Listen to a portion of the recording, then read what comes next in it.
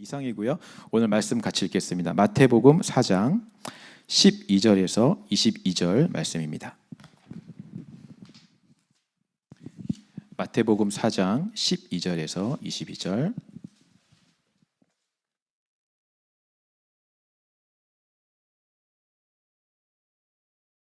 다 찾으셨으면 우리 한 절씩 같이 교독하도록 하겠습니다. 예수께서 요한이 잡혔음을 들으시고 갈릴리로 물러나셨다가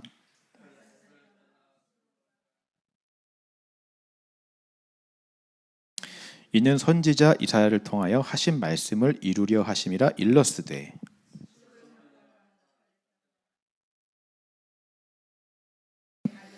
흑암에 앉은 백성이 큰 빛을 보았고 사망의 땅과 그늘에 앉은 자들에게 빛이 빛이었도다 하였느니라.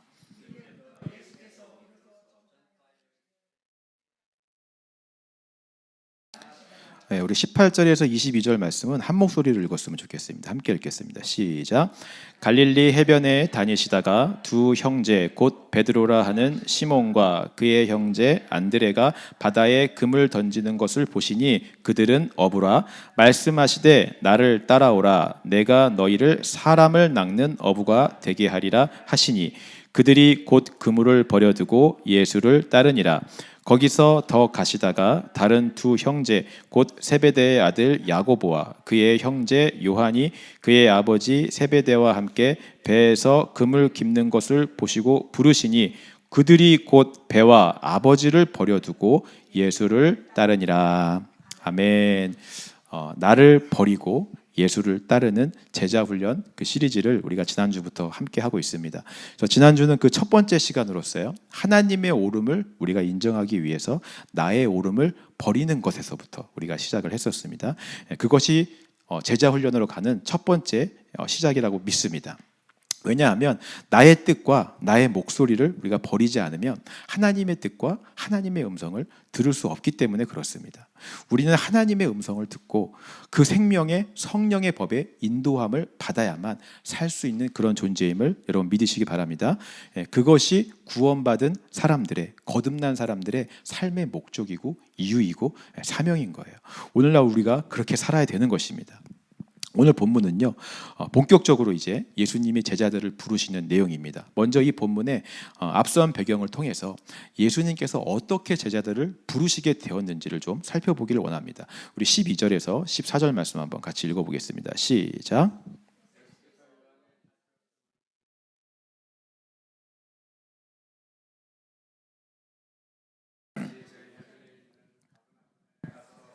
이는 선지자 이사야를 통하여 하신 말씀을 이루려 하심이라 일렀으되. 자, 예수님께서 광야에서 사탄에게 40일간 시험을 받으신 이후에 공생의 사역을 시작하셨다라는 것은 아마 여러분들이 잘 아실 것입니다. 근데 그 시험 이후에 어디로 가셔서 어떻게 제자들을 만나셨는지는 잘 모르시는 분들이 많이 있어요. 오늘 본문을 보니까요. 예수님이 광야에서 시험을 받으신 이후에 갈릴리로 내려가셨다가 나사렛을 떠나서 스불론과 납달리 지역에 있는 가버나움으로 가셨다라고 말씀하고 있습니다. 그 이유가 뭐냐면 선지자 이사야를 통해서 하신 말씀을 이루기 위함이다라고 말씀하세요. 이 선지자 이사야가 하신 말씀이 바로 15절, 16절에 나오고 있습니다. 이사야 9절, 6절에 나오고 있는 말씀이거든요. 한번 같이 읽어보겠습니다. 시작.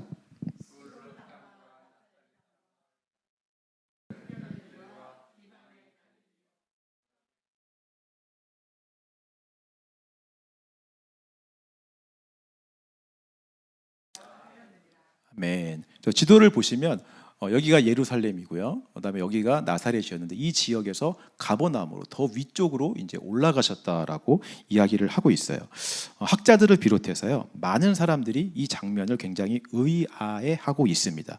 왜 예수님은 이 공생의 사역의 시작을 하나님이 성전이 있는 그 예루살렘 중심지부터 시작하지 않으시고 왜 가버나움 저 변두리까지 올라가셔서 처음 사역을 시작하셨나라고 하는 것이죠. 그리고 왜 이사야는 하필 이곳에서부터 예수님이 사역을 시작할 것이다 라고 예언을 했는가라고 하는 것입니다.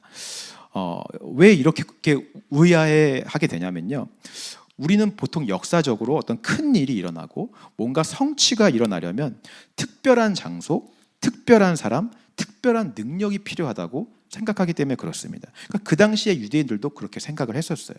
그들은 그 당시에 로마의 지배를 받고 있었습니다. 그 말은 세상의 기본 원리, 이 힘의 논리가 작용하는 시대에 살고 있었다라고 하는 말입니다. 그러니까 강한 나라는 약한 나라를 침략해서 빼앗고 지배하고 그들에게 조공을 받고 약한 자들을 속국으로 삼고 노예로 부리는 것이 당연한 그런 힘의 논리가 작용하는 시대였다라고 하는 거죠. 오늘날도 뭐 크게 그렇게 그 시대나 오늘이나 별로 차이가 없는 것 같아요. 강한 힘, 이 강한 능력이 더 많은 것을 누리고 더 많은 사람, 다른 사람들보다 더 높은, 더 좋은 삶을 누릴 수 있다라는 이 힘의 논리가 세상의 기본 원칙 중에 하나라고 하는 것입니다. 그래서 그 당시에 유대인들도 이런 힘의 논리에 의해서 자기들을 구원해 주려면, 이런 로마의 강한 로마로부터 구원해 주려면 똑같이 더 강한 힘을 가진 메시아가 있어야 된다라고 그들은 믿은 거예요. 강력한 카리스마와 뛰어난 능력으로 사람들의 마음을 확 사로잡고 그들의 원함과 만족을 채워주면서 정말 엄청난 능력으로 자기들을 만족시켜주고 자기들을 안정시켜주고 보호해 줄 수 있는 그런 사람이 메시아일 것이다라고 그들은 믿었던 것입니다. 근데 그런 그들의 기대와는 너무나 다르게 예수님은 가장 가난한 동네인 나사렛에서, 그것도 말구유에서, 그것도 목수의 아들로 태어나셨어요. 사람들이 생각하는 힘의 논리가 작용하는 그 세상에서 가장 힘이 없는 장소, 가장 힘이 없는 모습으로 태어나신 것입니다. 그렇다면 외모라도 특별히 뭔가 멋있거나 그런 사람들의 눈을 끄는 뭔가가 있어야 될 텐데 이미 30대, 50대로 보일 만큼 겉으로 볼 때 흠모할 만한 것이 하나도 없는 것이 예수님의 외모이셨어요. 그러니까 세상의 힘의 논리에 익숙한 이 사람들은 그렇게 특별하지 않고 그렇게 평범한 사람이 메시아일 수가 없다라고 생각을 한 것입니다. 그래서 예수님을 메시아로 인정하지 않고 하나님의 아들이라고 인정하지 않고 무시하고 배척하기 시작한 것이죠. 그래서 예수님이 공생의 사역을 시작한 저 장소, 가버나움이란 장소도 사람들이 의아해하는 거예요. 예루살렘처럼 사람들이 많이 모이고 성전도 거기 있고 거기서 뭔가 새 물결을 크게 빵 하고 터뜨리면 뭔가 변화가 있을 것 같은 그런 핫한 장소가 바로 예루살렘이었기 때문에 그렇습니다. 오늘날로 따지면 핫플레이스라고 우리가 얘기를 하죠. 이런 장소입니다. 삼성역 코엑스거든요. 제가 한국에 갔더니 정말 미래도시가 이런 데구나라는 생각이 들 정도로 화려하더라고요. 여기에 가면은 정말 뭐 사업도 잘 될 것 같고 비즈니스도 잘 될 것 같고 사람들도 너무 많이 모이고 완전 핫플레이스, 그야말로 뜨거운 장소가 바로 이런 곳이었습니다. 우리는 이런 곳에 있어야지 특별한 장소, 특별한 역사, 특별한 일이 일어날 것만 같은 것이죠. 그러나 예수님은 가장 평범한 스불론과 납달리 지역의 가버나움에서 공생의 사역을 시작하세요. 아마 여러분들에게도 그 장소가 익숙하지 않으실 거예요. 스불론과 납달리라는 이 사람들이 야곱의 12아들 중 그 두 아들들인데 이름도 생소할 만큼 성경에서 큰 비중도 차지하지 않는 평범한 인물들이 스불론과 납달리입니다. 그 보통 사람들, 그 스불론 지파와 납달리 지파가 거주하던 가장 평범한 장소, 보통 사람 평범한 장소가 바로 가버나움이었다라고 하는 것이죠. 예수님이 이곳에서 사역을 하신 이유가 무엇일까요? 두 가지 이유가 있습니다. 첫 번째 이유는요, 예수님께서 이 땅에 오신 이유가 세상의 논리가 지배하고 힘의 원리가 지배하는 그런 똑같은 세상 나라를 한 개 더 만들기 위해서 이 땅에 오신 것이 아니기 때문에 그래요. 타락한 인간의 세상 논리로 지배되는 세상 나라가 아니라 하나님의 통치와 주권과 다스림과 법으로 세워지는 그 나라를 이루시기 위하여 이 땅에 오셨기 때문입니다. 여러분 이렇게 믿으십니까? 세상의 나라는요, 늘 약한 자들이 고통받는 나라예요. 힘을 가진 자들만이 편안히 살 수 있고 안정되게 살 수 있습니다. 오늘 우리도 그런 세상 속에서 살다 보니까 이런 세상 논리에 익숙해져 버렸어요. 그래서 우리도 그 당시의 유대인들처럼 강력한 힘을 가진 예수님을 원합니다. 이런 힘의 논리에 의해서 나도 힘으로 살아남을 수 있도록 그런 힘을 줄 수 있는 강력한 메시아 예수님을 우리도 원해요. 나를 편안하게 해줄 수 있는 예수님, 내 소원을 다 들어주는 예수님, 내 억울함을 다 풀어주는 예수님, 나를 안정되고 잘 살게 해줄 수 있는 예수님을 소망하며 꿈꿉니다. 교회를 나와서 예배하고 기도하고 찬양하는 이유도 다 그걸 바라기 때문이죠. 그 힘의 논리에 의해서 나에게 힘을 주실 수 있는 예수님에게 힘을 구하는 거예요. 돈을 달라 그러고, 세상에서 힘이라고 얘기하는 돈을 달라 그러고, 성공을 달라 그러고, 명예를 달라 그럽니다. 그런 경우가 너무나 많이 있죠.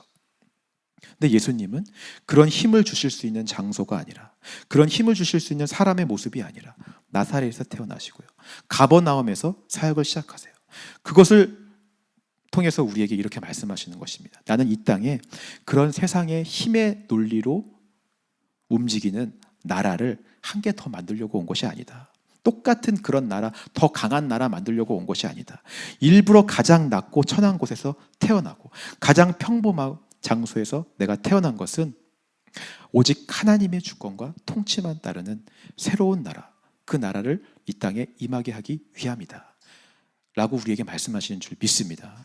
그리고 오늘 우리에게 이 나라의 백성이 되라고 초청하시고요, 이 나라를 사모하며 살라고 우리에게 말씀하시는 줄 믿습니다. 여러분, 그래서 제자훈련이라고 하는 것은요, 이런 하나님 나라의 통치를 따르고 인정하는 것에서부터 그 훈련이 시작되는 것입니다.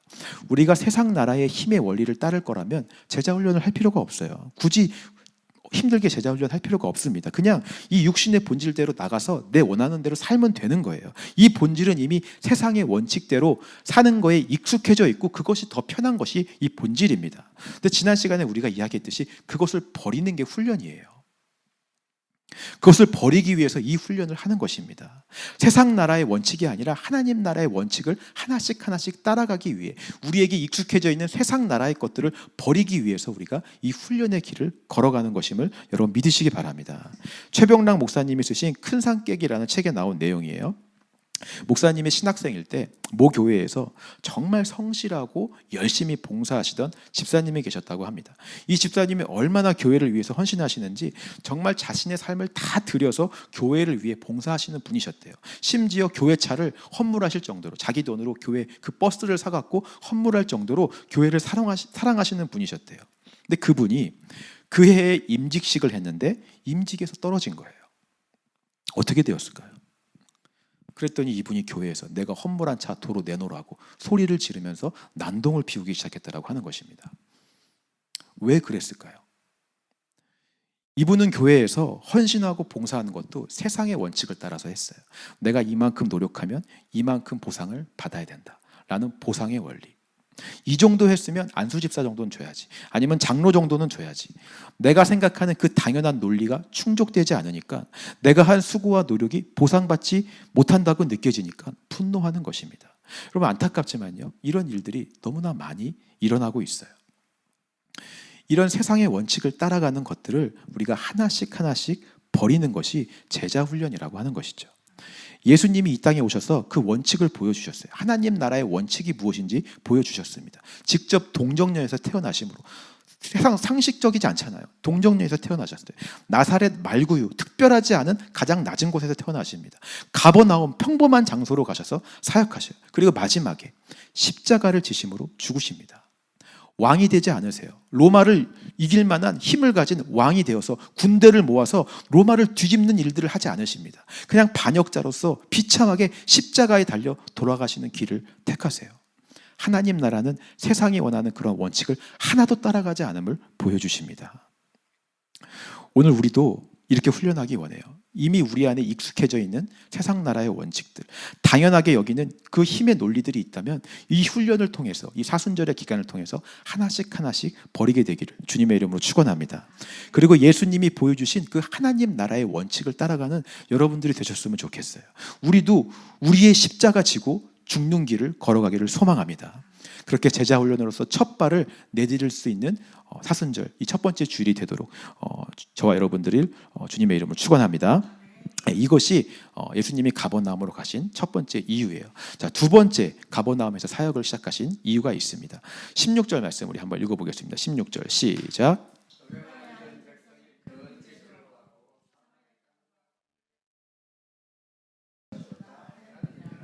두 번째 가버나움에서 사역을 하신 이유는 그곳이 빛이 필요한 곳이었기 때문에 그렇습니다.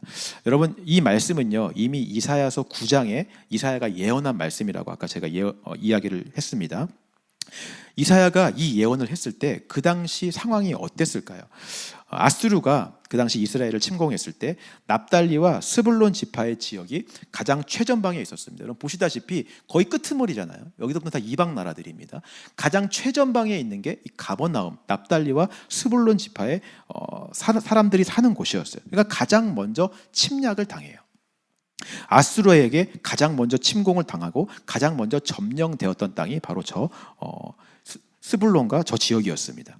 그리고 아수르는요 이곳을 점령한 이후에 여기에 살던 모든 이스라엘 백성들을 추방하고요 새로운 사람들을 이주시키기 시작했어요. 그 사람들은 대부분 이교도들, 이방인들이었습니다. 이스라엘 백성들이 나중에 다시 그 땅으로 돌아오긴 했지만 이미 그 지역은 흑암의 세력에 덮여 있었어요. 전쟁으로 황폐해진 땅은 이미 사망의 땅, 그늘이 진 땅이었습니다. 영적으로 가장 어둡고 타락한 지역이 저 가버나움 지역이 되었다라고 하는 것이죠. 소망이 없는 지역이 된 거예요. 그들에게 필요한 것은 오직 이 흑암에 빛을 비출 수 있는 한 줄기 빛이 가장 필요한 지역이었다라고 하는 것입니다. 이사야는 그런 흑암의 지역에서 이렇게 이제 예언을 하는 거예요. 이사야서 9장 말씀 우리 한번 읽어보겠습니다. 1절 2절 시작.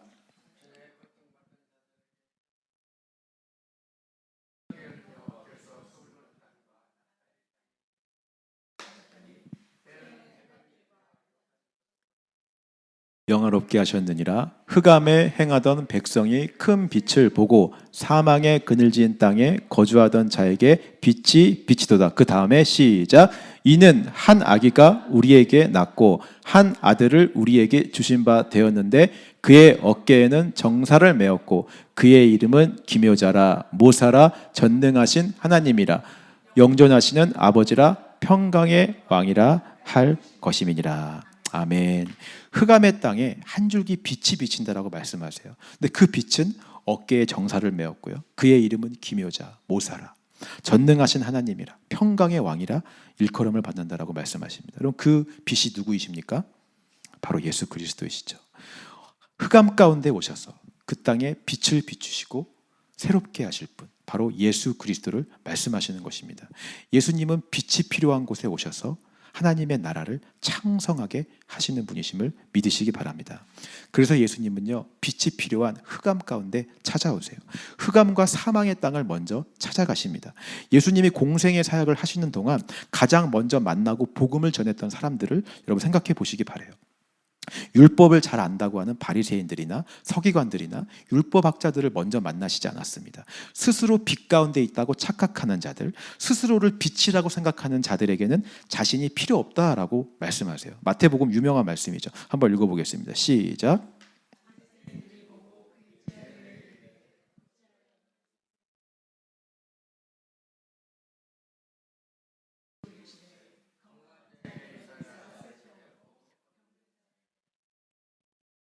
건강한 자들에게는 의사가 필요 없다라고 분명히 말씀하십니다. 병든 자들에게, 흑암 가운데 있는 자들에게 빛이 필요하다라고 말씀하세요. 그래서 암흑 가운데 있는 정말 빛이 필요한 자들에게 찾아가십니다. 스스로 암흑 가운데 있어서 나는 정말 빛이 필요하다라고 인정하는 자들, 그래서 상한 마음이 되고 갈급한 심령이 되어 있는 자들에게 먼저 가세요. 고아와 과부와 창기들과 문둥병자들과 세상의 그 힘의 논리에 의해서 철저하게 약자로 분류되었고 소외되었던 사람들을 먼저 찾아가셔서 그들을 만나시고 그들에게 복음을 전하시는 것입니다.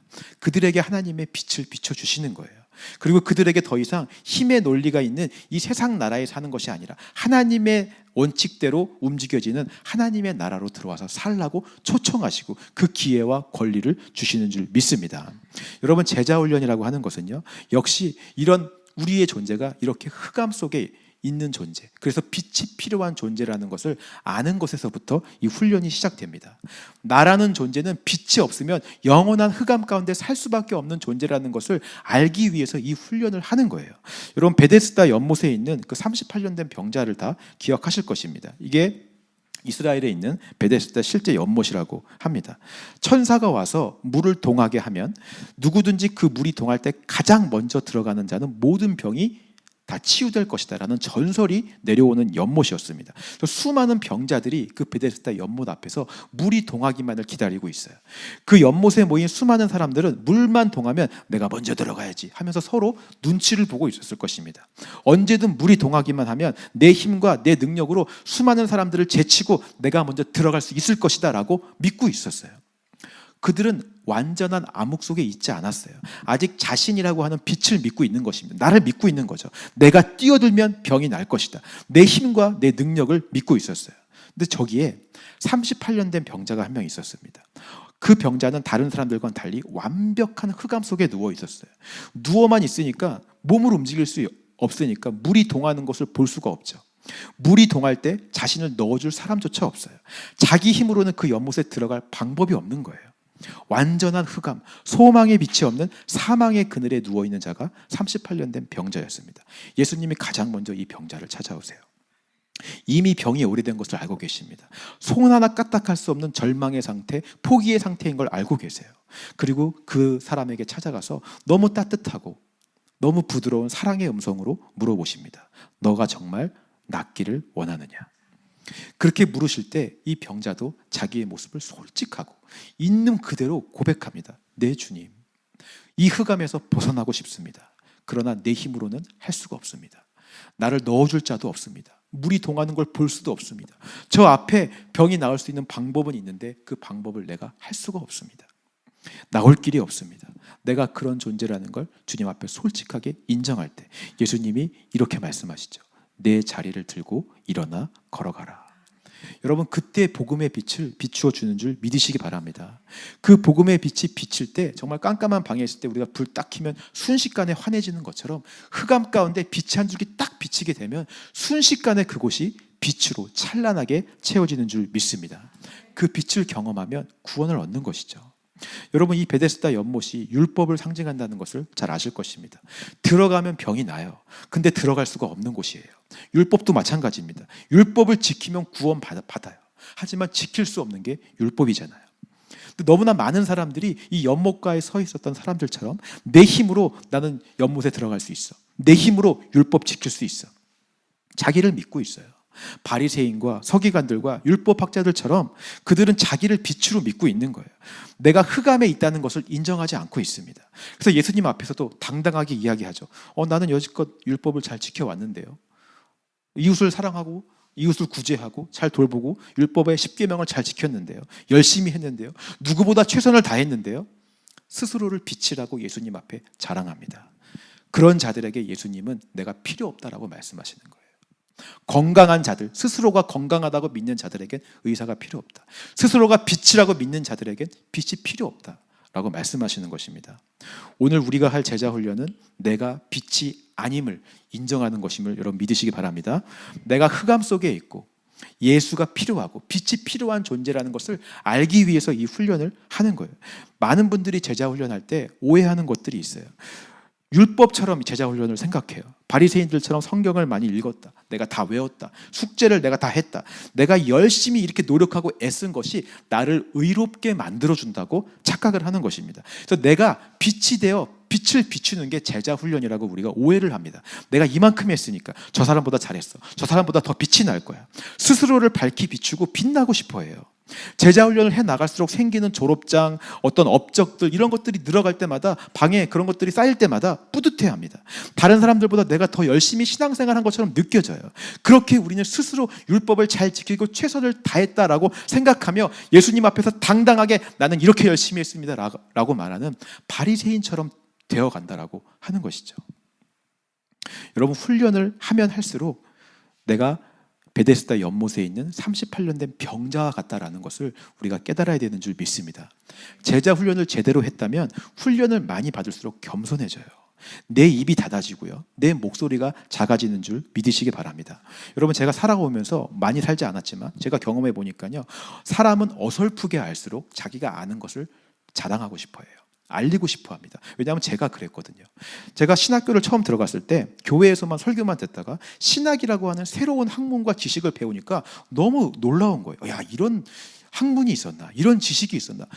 몰랐던 걸 배우니까 막 너무 신기한 거죠. 이걸 막 자랑하고 싶은 거예요. 사람들에게 막 알려주고 싶은 거죠. 교회 가서 내가 이렇게 많이 안다. 막 내 빛을 발하고 싶은 거예요. 맨날 교회 가서 하는 게 논쟁하는 거예요. 싸우는 것입니다. 교회에서 막 누가 형, 선배들, 뭐 후배들이 이런 얘기 하고 있으면 그거 다 틀렸다. 야, 신학자가 그렇게 얘기 안 해. 신학은 이렇게 얘기해. 내가 알고 있는 내 빛을, 내 옳음을 증명하고 싶어서 막 빛을 비추며 다니는 거예요. 맨날 싸우는 거죠. 논쟁하면서. 시간이 지나고요. 대학원에 들어가고 미국에 와서 유학 가서 박사과정까지 하면서 더 깊이 배울수록, 학문을 더 공부할수록, 더 훈련받을수록 하나님이 얼마나 크신데 이 신학이라는 조그마한 인간의 학문이 그 하나님을 담을 수가 없구나라는 걸 알게 돼요. 내가 하나님 앞에서 얼마나 보잘것없고 초라한 존재인지를 깨닫게 되는 것입니다. 그때부터는 감히 이게 맞다 옳다 그르다를 얘기할 수 없어요. 감히 내 목소리로 크게 자랑할 수가 없어요. 많이 배우고 많이 알게 되니까 더 그렇게 되어져요. 심지어 여러분 교회 안에서 성도분들이 정말 말도 안 되는 것 같고 이야기한다 할지라도 제가 가서 이게 맞습니다라고 자신 있게 말을 못 하겠어요. 왜냐하면 하나님 보시기에 그것이 얼마나 무의미한지 아니까.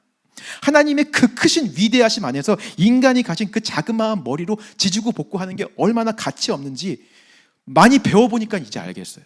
훈련을 받으면 받을수록 점점 입이 다물어지게 되고 조용해지는 줄 믿습니다. 내가 더 많이 배울수록 상장 하나, 졸업장 하나 늘어가는 것이 아니에요.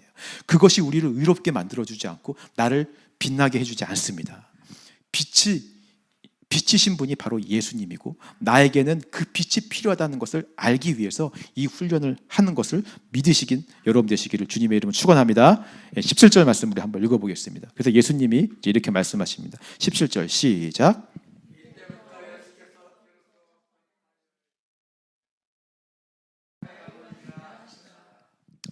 이때부터 바로 이때부터 예수님이 전파하되 회개하라 천국이 가까웠느니라. 여러분 가장 평범하고 보통 사람들이 있는 그 지역 가버나움에서 그리고 죄와 사망 가운데 흑암 가운데 앉아있고 그것이 자기들이라고 인정하는 자들에게 그때부터 예수님이 그들에게 가서 복음을 전파하기 시작해요. 예수님이 이 땅에 오셔서 빛을 비추고 복음을 전하는 공생의 사역이 시작합니다. 회개하라 천국이 가까웠느니라. 세상 나라의 원칙으로 돌아가는 세상 나라가 아니라 하나님 나라의 원칙으로 돌아가는 천국 하나님 나라가 너희 앞에 있다. 초청한다. 이 복음의 빛을 지금 비추어 주시는 줄 믿습니다. 그리고 18절 20절 이렇게 말씀하시죠. 같이 읽겠습니다. 시작.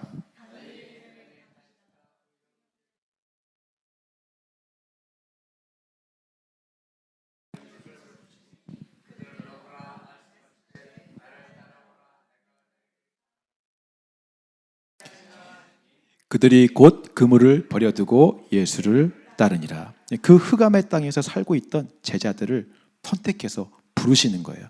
여러분 저는 오늘 이 말씀을 묵상하는데 저와 여러분들을 이렇게 부르시는 것 같은 마음이 들어서 가슴이 뜨거워짐을 경험하게 되었습니다. 예수님은 특별한 장소에서 특별한 사람들을 부르시지 않으셨어요. 예루살렘으로 가셔서 핫플레이스에 가셔서 능력 있고 위대한 사람들을 찾지 않으셨습니다. 그런 세상의 힘의 논리대로 일하지 않으시고요. 하나님 나라와 주권과 통치를 보여주시기 위해서 가장 평범한 장소, 가장 평범한 사람들이 있는 곳을 찾아가십니다. 그리고 그 사람들 중에서도 내 존재가 흑암 속에 있고 그렇기 때문에 빛이신 예수가 필요함을 인정하는 자들에게 찾아가세요. 그리고 그들에게 하나님 나라의 복음을 전하고요. 그들을 불러서 제자로 삼으시는 줄 믿습니다. 그게 제자를 부르시는 배경인 거예요. 오늘 저와 여러분들을 예수님이 그렇게 찾아오셨다고 저는 믿어지게 되었습니다. 저는 플래그십 처치가요. 이런 가버나움과 같은 장소가 되기를 소망합니다. 세상 나라의 원칙으로 본다면요, 세상 사람들은 예루살렘 같은 핫한 장소에서 뭔가 역사가 일어날 것 같고 위대한 일이 일어날 것을 기대합니다. 특별한 장소, 특별한 사람들, 특별한 능력을 가진 자들이 모여야지 하나님의 크신 역사와 일들이 일어날 것 같다고 믿어요. 물론 하나님께서는 그런 자들도 사용하시고 그런 장소도 사용하실 것입니다. 그러나 저는 우리 교회가 그런 장소가 되기보다는 예루살렘 같은 곳보다는 예수님이 처음 사역을 시작하시고 복음을 전하는 빛을 비추는 가버나움과 같은 장소가 되기를 소망합니다. 보통 사람들이 모여있고 평범한 장소이지만 세상의 힘의 논리를 따라가지 않고 하나님의 나라의 원칙을 따라가는 백성들이 모여있는 곳이 되기를 소망합니다. 그리고 그 안에 스스로가 빛이라고 외치는 바리새인이나 서기관들 같은 사람이 아니라 나는 빛이 필요한 자입니다 라고 외치는 자들이 모여있는 곳이 되시길 되시기를 소망합니다. 그것이 제자로 부름받는 배경이기 때문에 그래요. 그 땅에서 그 가버나움 같은 곳에서 예수님은 평범한 사람들을 제자로 부르셨듯이 오늘 저와 여러분들을 제자로 부르실 줄 믿습니다. 그때 부르실 때 우리도 그물을 버려두고 아버지를 버려두고 제자들처럼 아멘 하면서 주님 가신 길을 내가 따라가겠습니다.